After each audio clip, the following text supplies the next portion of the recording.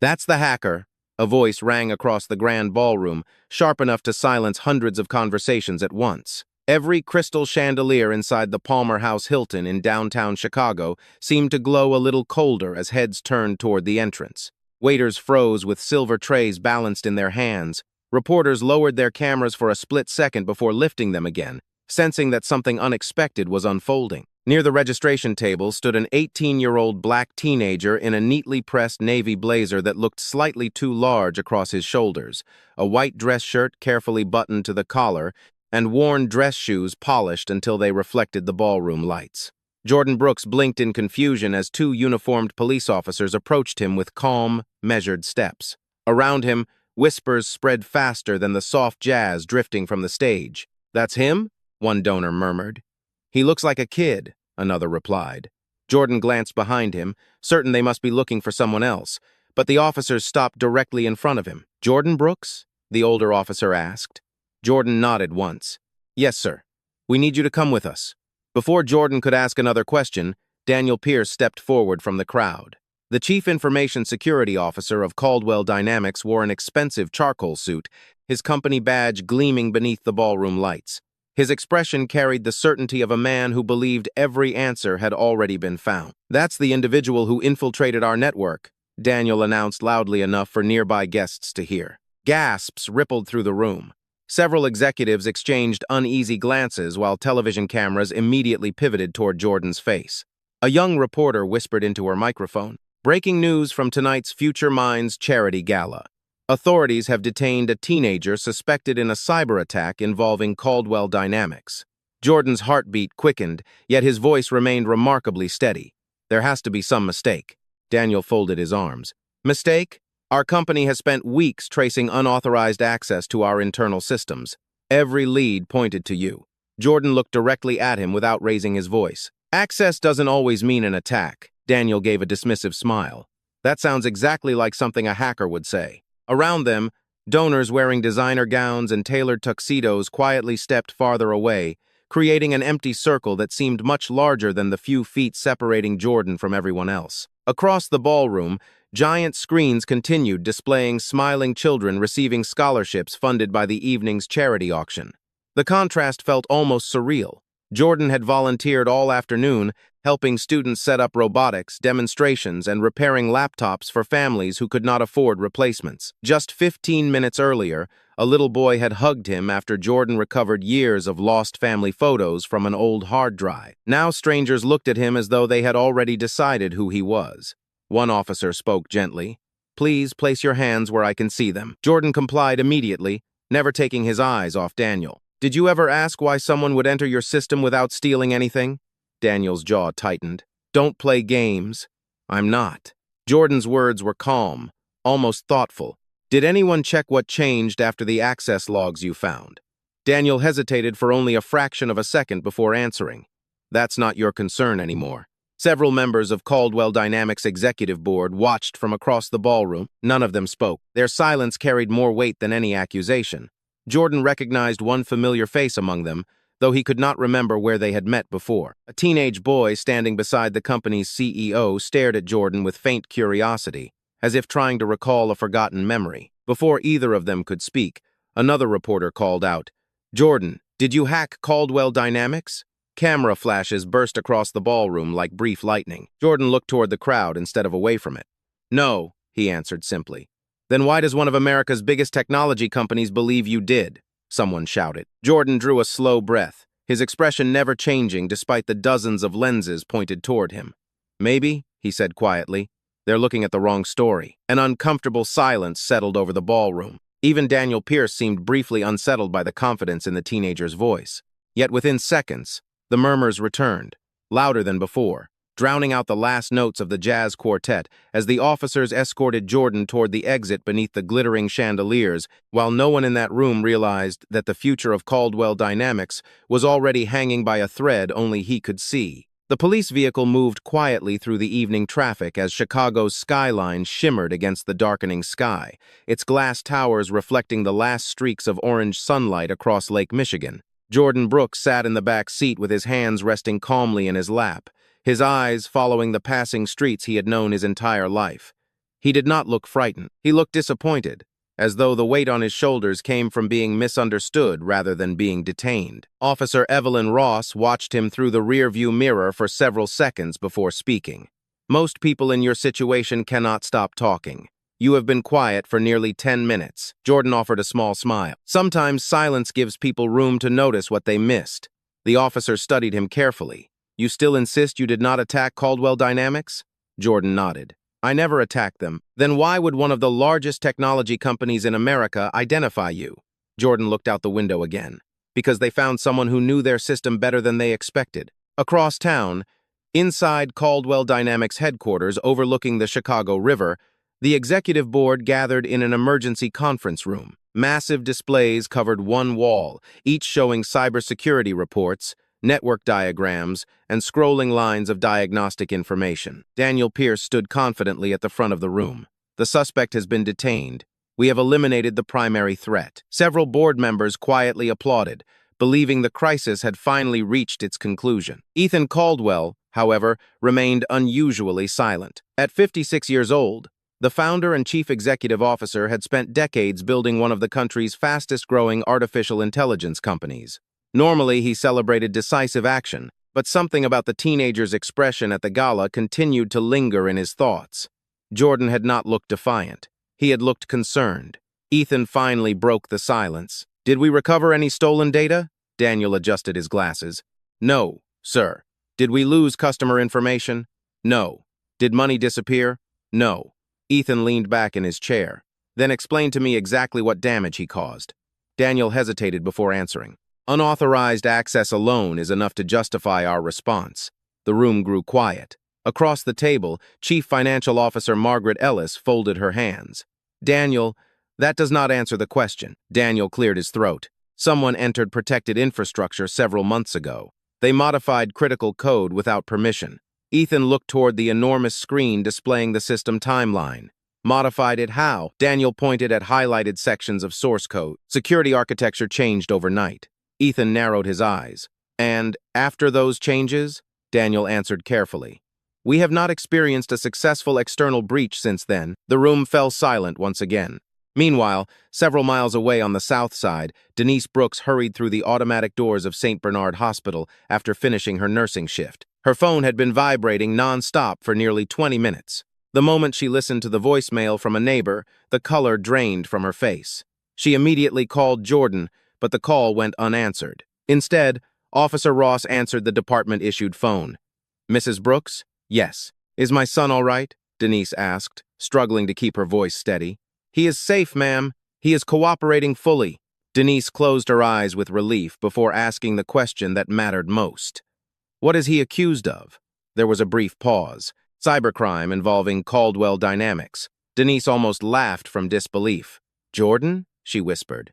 My son spends more time fixing people's computers for free than sleeping. Officer Ross listened quietly. Denise continued, her voice softening. Ever since he was 12 years old, he has believed computers should help people. He never even kept the money neighbors offered him after repairing their laptops. Officer Ross glanced through the interview room window where Jordan sat patiently with a paper cup of water beside him. There was no anger in his face, only quiet confidence. Back at company headquarters, Ethan remained standing before the screen. Something unexpected caught his attention. Buried inside months of archived maintenance logs was a small digital signature attached to a software update. It was incomplete, almost invisible, hidden beneath thousands of routine system events. Ethan frowned. Daniel, he said slowly, why would an intruder leave behind code that strengthens our security instead of weakening it? Daniel stared at the screen without answering. Around the conference table, executives exchanged uncertain looks. None of them noticed that across another monitor, a tiny warning icon had just appeared beside one of the company's international server clusters. It disappeared almost immediately before anyone could investigate it, but somewhere deep inside Caldwell Dynamics, a much larger problem had already begun to wake up. The interview room remained almost unnaturally quiet except for the steady hum of the fluorescent lights overhead. Jordan Brooks sat with both hands wrapped around a paper cup that had long since grown cold. He had not touched the water. Instead, he stared through the narrow window where the lights of downtown Chicago shimmered against the night sky. Every few minutes, another officer walked past the glass, glanced inside, then continued down the hallway. None of them saw what Officer Evelyn Ross noticed. Jordan was not calculating an escape. He was replaying something in his mind, as though a different problem demanded his attention. She stepped into the room carrying a thin folder. "Jordan," she said, taking the seat across from him, "I have been doing this job for more than 20 years. People usually tell me either too much or almost nothing. You keep answering only the questions that matter." Jordan smiled politely. "That is usually the fastest way to solve a problem." Evelyn opened the folder. "You built software before finishing high school. You won 2 statewide programming competitions. You repaired computers at community centers every Saturday. Why?" Jordan shrugged gently. "Because people needed help." "And Caldwell Dynamics?" she asked. "Did they ask for your help?" Jordan looked down for a moment before answering. "No." "Then why were you inside their system?" Jordan remained silent. His eyes drifted toward the window again. Across the city, inside the executive conference room overlooking the Chicago River, the atmosphere had changed. The confidence that filled the room an hour earlier was slowly giving way to uncertainty.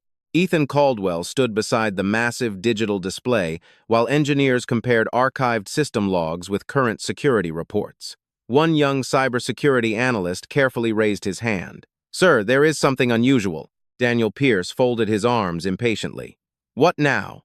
The analyst enlarged several lines of source code. These modifications were not destructive. Whoever wrote them closed 3 separate vulnerabilities that our own audit never detected. Daniel answered immediately. "Hackers sometimes cover their tracks." The analyst shook his head. "Not like this. These patches actually increased encryption performance by nearly 30%. They also prevented unauthorized credential replication." Ethan stepped closer to the display. "Can we identify who submitted them?" The analyst hesitated. "Someone deliberately removed their identity from the commit history." But he paused while opening another file buried deep inside the archive. "There is one hidden developer note." Ethan leaned forward. "Read it." The analyst quietly read the single sentence displayed on the screen. "Please verify every dependency before deployment. Security should never rely on assumptions." No signature followed the message. Only those 11 words. The room became completely still. Margaret Ellis broke the silence first. "That does not sound like someone trying to destroy a company." Daniel answered with visible frustration. "Or it is exactly what someone wants us to believe." Ethan did not respond. Instead, he kept staring at the sentence on the screen. It felt strangely familiar, though he could not explain why. At the police station, Officer Ross received a phone call from headquarters. After listening for several moments, she slowly lowered the phone. "Jordan," she said, "your mother is here." Denise Brooks entered the room moments later, still wearing her hospital scrubs beneath a light jacket. The exhaustion of a 12-hour nursing shift showed in her face, yet the first thing she did was smile at her son. "Are you all right?" Jordan nodded. "I am fine, Mom." She reached across the table and squeezed his hand. "I know you are telling the truth." Jordan lowered his eyes. "Thank you." Denise looked toward Officer Ross. "My son has always believed that if something is broken and he can fix it, then he should. Sometimes I worried that he cared more about solving problems than protecting himself." Evelyn listened without interrupting. Jordan finally spoke again, almost as though thinking aloud. "If someone leaves their front door unlocked, you can either steal what is inside or tell them the lock is broken." Denise recognized the look in her son's eyes immediately. "Jordan," he met her gaze. "I never wanted recognition." Before anyone could say another word, alarms suddenly echoed through Caldwell Dynamics headquarters. Large monitors across the executive floor flashed red one after another as international server clusters began disconnecting in rapid succession. Engineers rushed between workstations while emergency notifications filled every screen. Ethan Caldwell stared at the growing list of failures. "What is happening?" An operations manager answered without looking up. "Sir, this is not an external attack. Our global infrastructure is collapsing from inside the authentication network." Daniel Pierce's confidence disappeared for the first time that night. He whispered almost to himself, "That should not be possible." Far away in the interview room, Jordan slowly closed his eyes, as though he had already recognized the pattern before anyone else in the city understood what was unfolding. Inside Caldwell Dynamics headquarters, every screen on the executive floor glowed with flashing warning messages as engineers hurried between workstations, their conversations growing louder with every passing second. The calm confidence that had filled the conference room less than an hour earlier had completely disappeared. Ethan Caldwell stood at the center of the room with both hands resting on the polished walnut table, watching thousands of live system alerts spread across North America, Europe, and Asia. "Status," he said firmly. A senior network engineer swallowed before answering. "Authentication servers are rejecting valid credentials across multiple regions. Cloud synchronization is failing. Customer applications are beginning to disconnect." Daniel Pierce stepped toward another monitor, his fingers moving quickly across the keyboard. "Is this another intrusion?" "No," the engineer replied without looking up. "We cannot find any evidence of unauthorized traffic. It is behaving like a chain reaction inside our own infrastructure." Ethan frowned. "How long until services stabilize?" No one answered immediately. Finally, another engineer spoke. "Without identifying the root cause, we cannot estimate recovery." The room became painfully quiet. Meanwhile, at the Chicago Police Department, Officer Evelyn Ross received another urgent call from headquarters. She listened carefully before turning toward Jordan. "Your name just came up again." Jordan slowly looked up. "Because their systems are failing?" Evelyn narrowed her eyes. "How did you know that?" Jordan did not answer immediately. Instead, he gently placed the untouched paper cup onto the table. "Did the failures begin in authentication services?" Officer Ross stared at him in surprise. "How could you possibly know that?" Jordan gave a slow breath. "Because if someone removed the protection layer without understanding why it existed, that is exactly where everything would begin." Denise Brooks looked back and forth between her son and the officer. "Jordan," she whispered, "what are you talking about?" Jordan finally met his mother's eyes. 3 months ago, I found a vulnerability while participating in an online cybersecurity competition.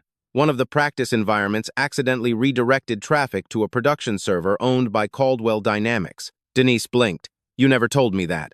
"I did not think it mattered anymore." Officer Ross leaned forward. "Start from the beginning." Jordan nodded quietly. "I reported the vulnerability through every public contact I could find." Nobody replied. "I sent emails." Nothing. "I submitted a disclosure form." Nothing. "I even called their support center. They transferred me 3 different times before disconnecting the call." Denise listened silently while Jordan continued. "The vulnerability was serious. If someone with bad intentions found it first, millions of customer accounts could have been exposed." Officer Ross asked carefully, "So what did you do?" Jordan answered without hesitation. "I verified the flaw one last time. Then I wrote a temporary security patch that closed the exposed authentication pathway without changing customer data." Evelyn looked surprised. "You entered their production system?" Jordan nodded once, only long enough to install the protection. "I documented every modification inside hidden developer notes so their engineers could review everything later." Denise slowly shook her head. "Jordan, why would you take that risk?" Jordan smiled faintly. "Because waiting for permission would have taken longer than someone needed to exploit the vulnerability." Across the city, another emergency meeting was already underway. Engineers compared archived backups against current configurations, while Daniel Pierce grew increasingly frustrated. "Restore yesterday's version," he ordered. An engineer immediately replied, "We already tried.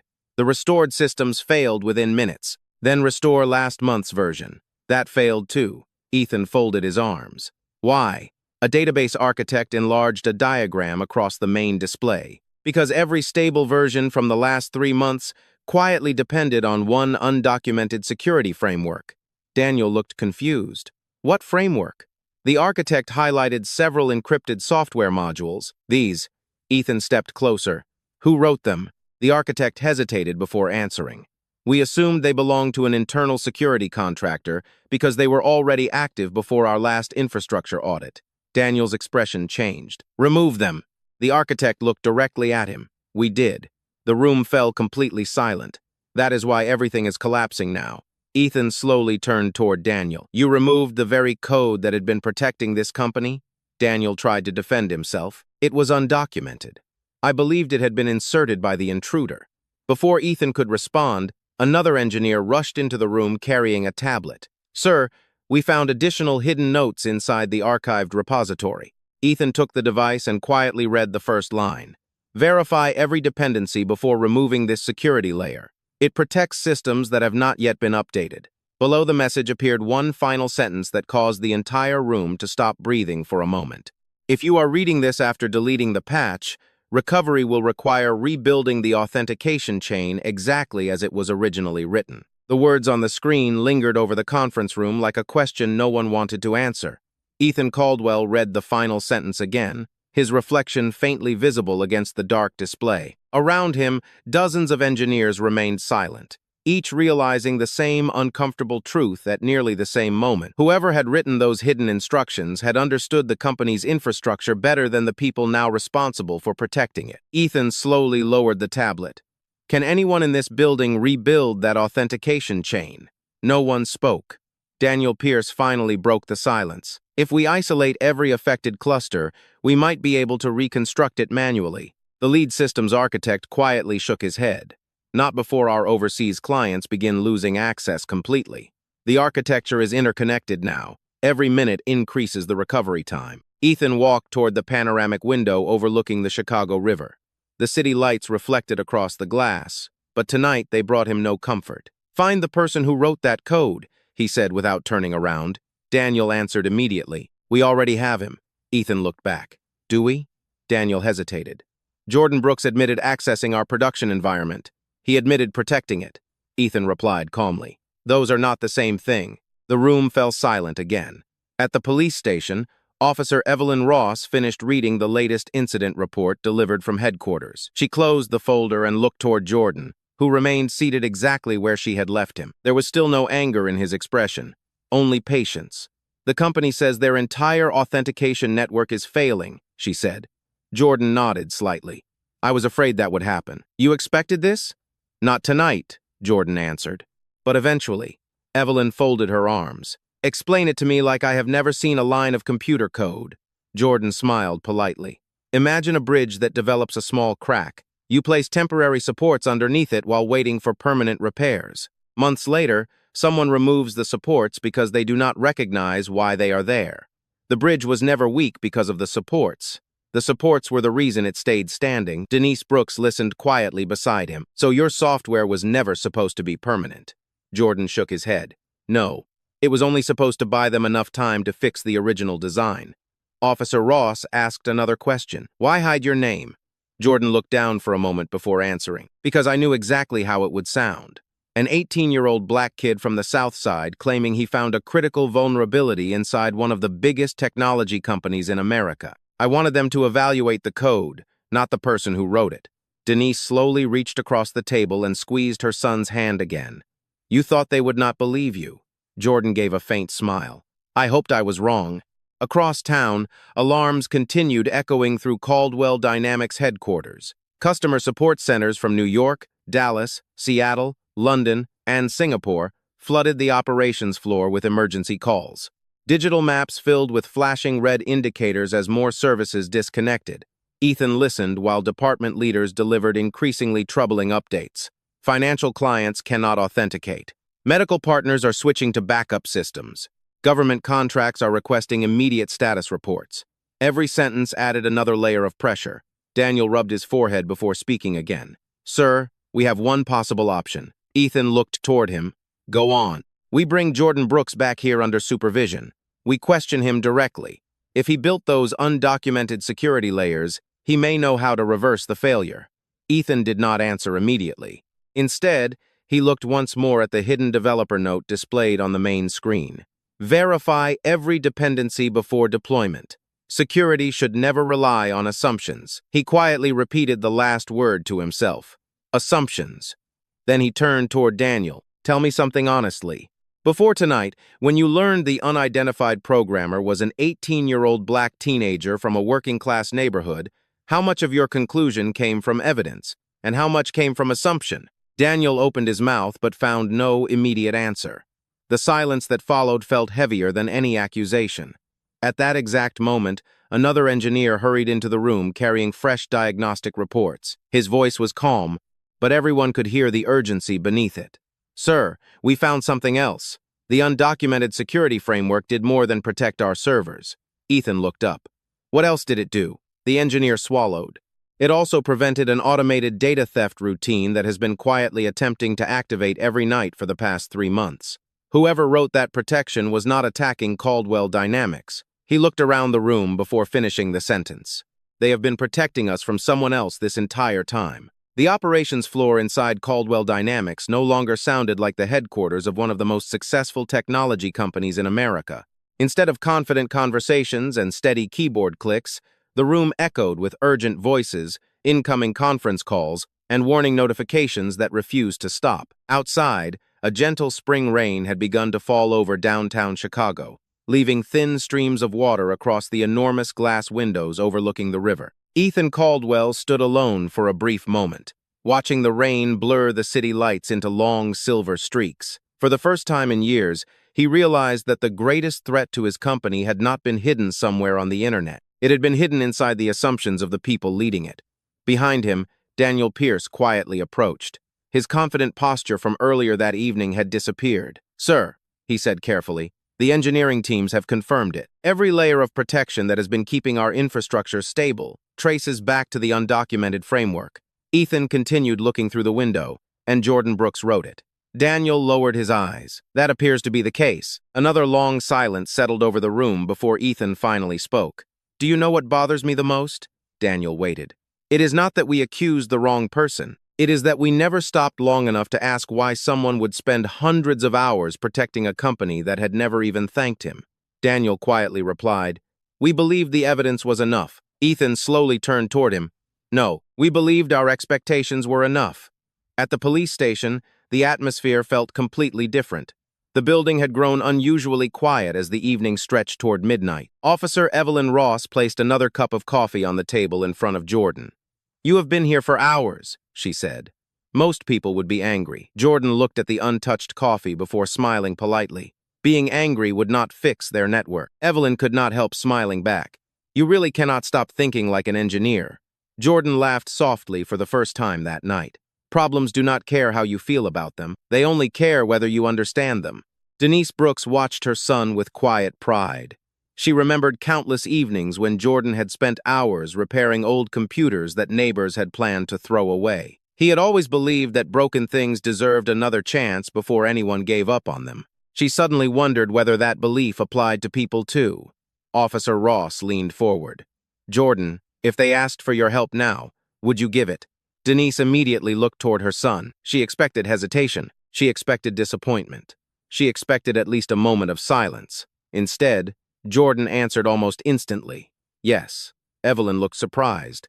"After everything that happened tonight?" Jordan nodded. "Millions of customers depend on those systems. Hospitals, schools, small businesses, families. They are the ones who would suffer if I refused." Denise slowly shook her head with an emotional smile. "You always did make life harder for yourself by choosing kindness." Jordan shrugged gently. "Kindness usually takes more work." Back at Caldwell Dynamics, engineers continued examining the hidden framework line by line. A young software developer suddenly stopped typing. "Everyone, you need to see this." Conversations throughout the room faded away as dozens of employees gathered around his monitor. Hidden inside one section of encrypted code was a series of comments left by the anonymous programmer. They were not instructions for recognition. They were reminders for future engineers. Test every assumption, verify every dependency, protect the users before protecting the company. Security is built on trust, not pride. Margaret Ellis quietly read the final sentence aloud. "Leave every system safer than you found it." No one spoke afterward. The words felt less like technical documentation and more like a personal philosophy. Ethan slowly closed his eyes. "He was teaching us," he whispered. Even while believing we would never know his name, Daniel stared at the screen without saying a word. Every line of code now felt like a mirror reflecting decisions he wished he could take back. At that exact moment, another notification appeared on the largest display in the room. One regional server cluster had completely stopped responding. Seconds later, another cluster followed. Then another. The recovery window engineers had hoped to preserve was disappearing faster than anyone predicted. Ethan immediately picked up his phone. "Prepare my car," he said firmly. "Where are you going?" Margaret asked. Ethan answered without hesitation. "To the police station." Daniel looked at him with uncertainty. "Should we send legal counsel first?" Ethan shook his head. "No." He slipped the phone into his jacket pocket and headed toward the elevator. "Tonight, this company has hidden behind titles, assumptions, and procedures long enough.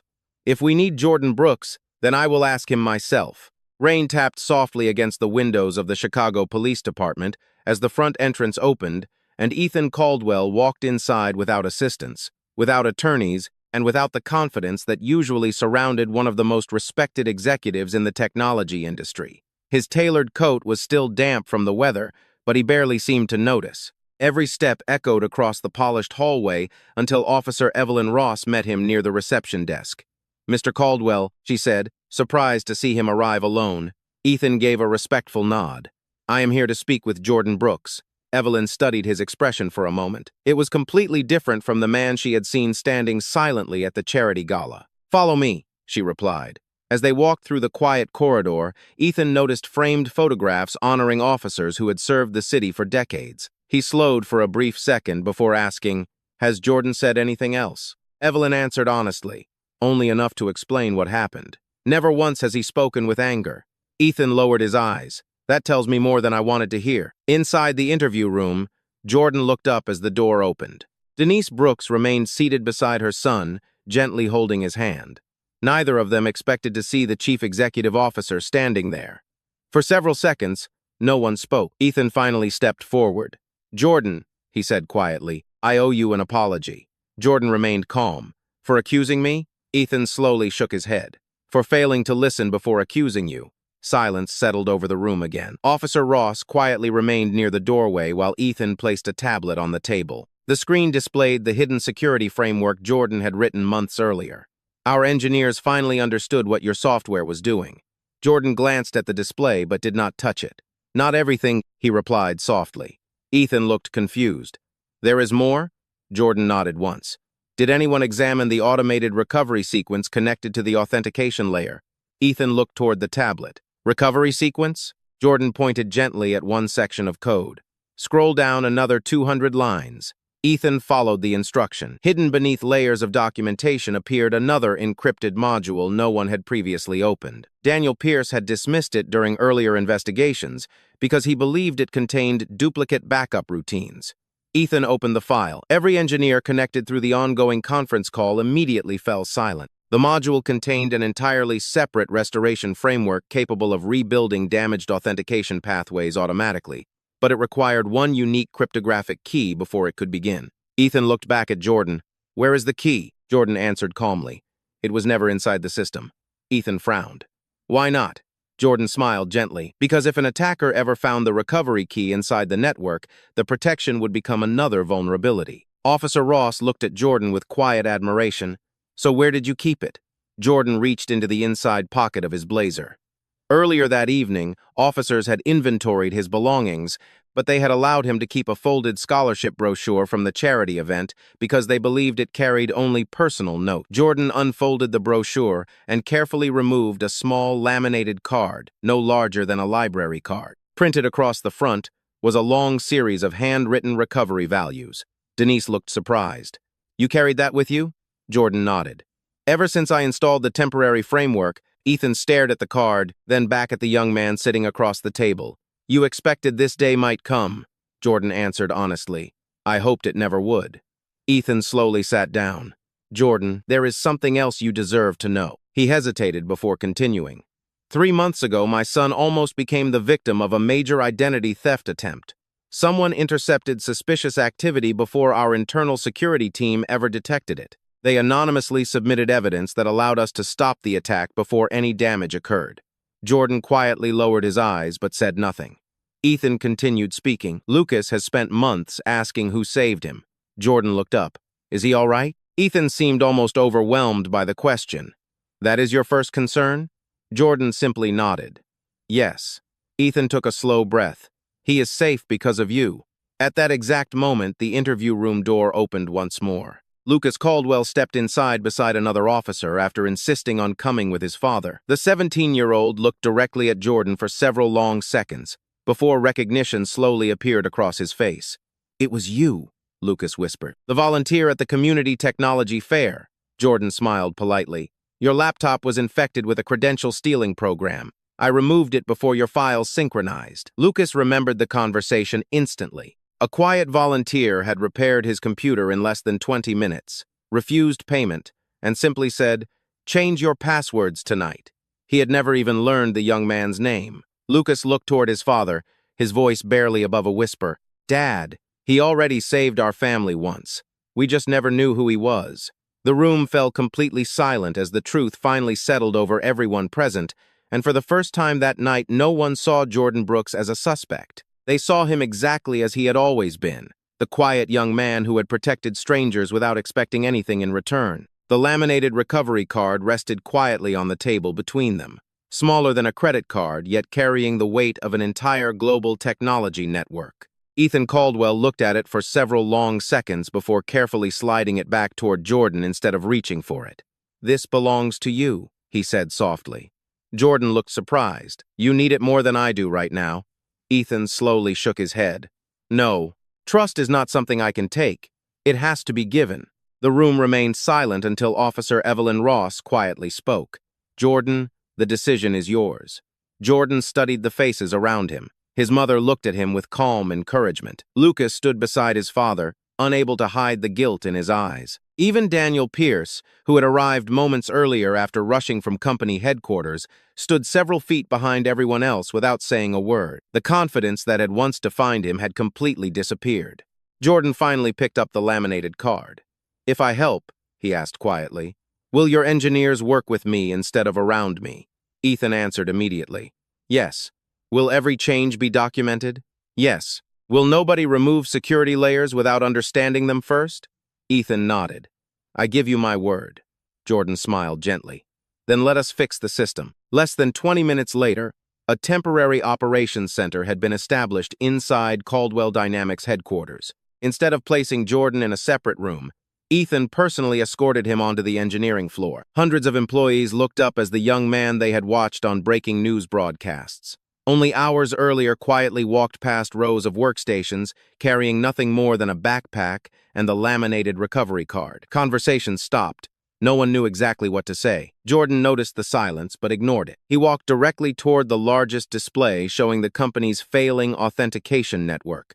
"Can someone give me access to the offline recovery environment?" he asked. Several engineers exchanged uncertain glances before Ethan answered. "He has whatever access he needs." Daniel hesitated for only a moment before sliding his identification badge across the workstation. "Use mine." Jordan looked at him, then accepted the badge with a respectful nod. "Thank you." He logged into the isolated recovery server and quietly examined the network map for several minutes. Nobody interrupted him. The only sounds came from cooling fans inside the server racks and keyboards clicking softly throughout the room. Finally, Jordan spoke. "The authentication chain is not broken." Several engineers looked confused. One asked, "Then why is everything failing?" Jordan enlarged another diagram. "Because every region is waiting for another region to verify encrypted identity tokens. They are trapped in a circular dependency."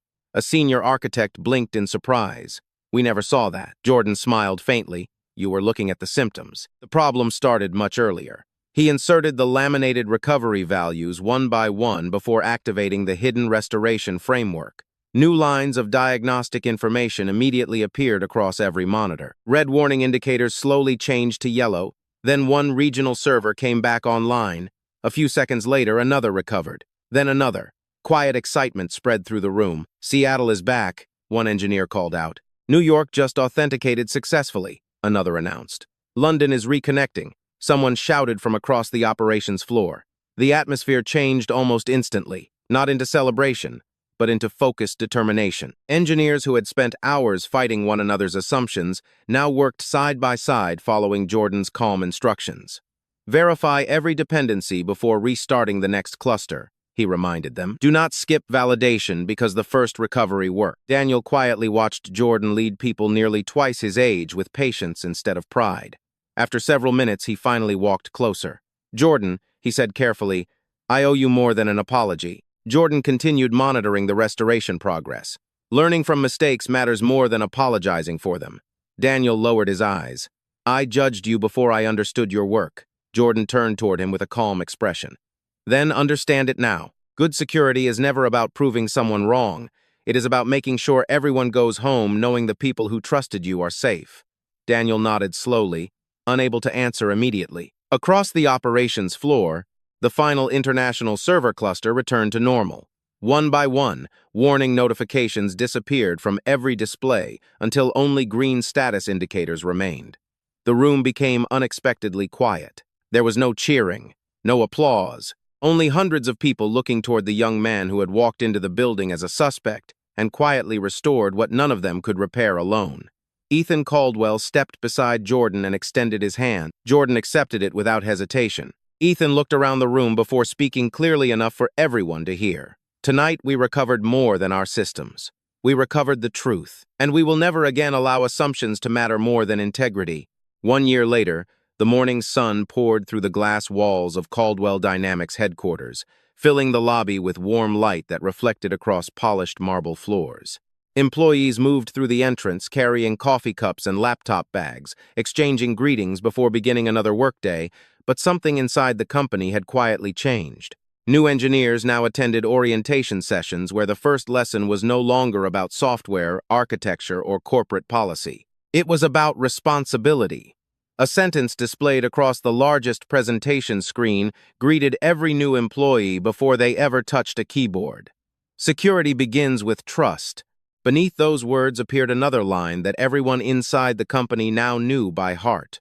Verify people with evidence, not assumptions. Ethan Caldwell stood near the back of the auditorium watching another group of young engineers take their seats. He no longer introduced himself first as the founder of the company. Instead, he always began with the same story.